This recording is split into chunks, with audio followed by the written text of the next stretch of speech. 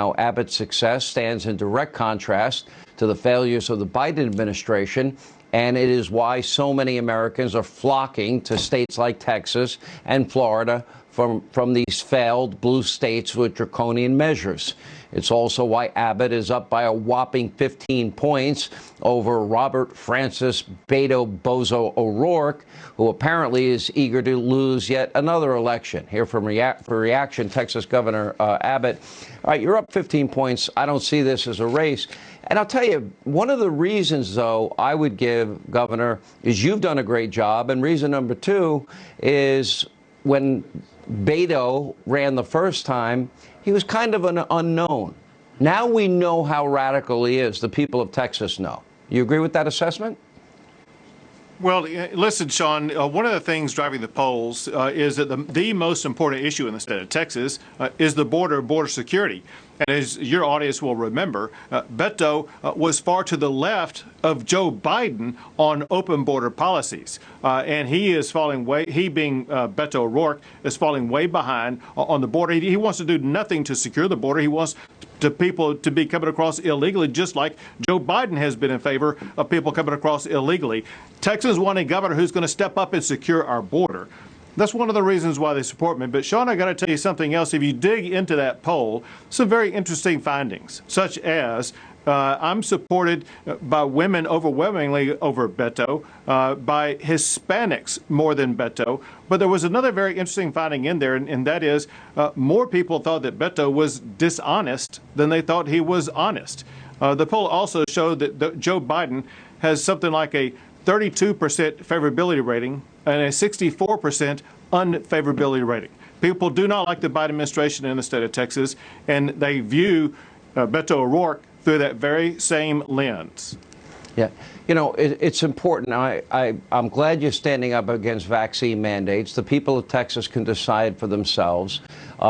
Supposedly, we were told repeatedly that if you wanted to protect yourself, you do that by getting the vaccine. That's what they said. Now the bar keeps moving and changing every other day, and it's killing economies in the Northeast, as you are very well aware of.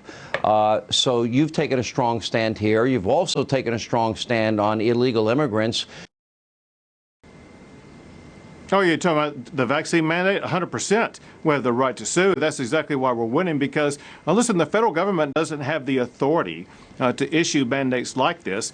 Look at the Constitution and what the Constitution says with regard to giving the executive branch to regulate things like this, and it says absolutely nothing. And what that means is the 10th Amendment applies, and that's exactly why we've been winning all of these cases against the Biden administration with regard to the vaccine mandates, and that's why the only order or law or mandate in effect in the state of Texas is one that I issued that protects Texans' freedom. There's something important about this, Sean, and that is this is more than whether or not somebody's going to abide by a national order, whatever the case may be. This is whether or not somebody is going to have something put into their body that they do not want put into their body. That's more than freedom. That's the right to control and secure your own body, and that's exactly why we are winning on this issue.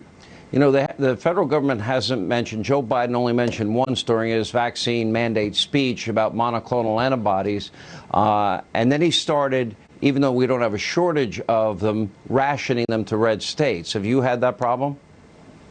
Oh, Sean, we have. So the same week when Joe Biden came out and said, listen, we're going to have more monoclonal antibody therapeutic drugs available, he also announced that he was cutting back on the allocation given to Texas. And so Texas being our usual resourceful self, we went out and got our own antibody therapeutic drugs for Texans. Joe Biden is not going to stop me from providing medicine to our fellow Texans who need it, who get COVID. We will take care of our fellow Texans. And by the way, this is a true story. I hope you don't mind me mentioning it. When I heard you had a breakthrough case, you had been fully vaccinated, I called you and I said, I hope you feel better. And I asked you, I said, Governor, are you going to get monoclonal antibodies? And I think your answer was, yeah, in about 5 minutes. I'm in the hospital right now. Or you're in one of the centers. So I find they work. They work for you, right? Absolutely, and that's why we work to get them out to everybody. But also we have these new drugs over the counter that will be coming, such as the one by Merck, such as the one by Pfizer, that people will be able to take. There's so many people who have recovered from COVID. Those are all reasons that add together why the Biden administration should not impose these vaccine mandates. All right, Governor, great job. I think Beto is in for a shocking election night. Anyway.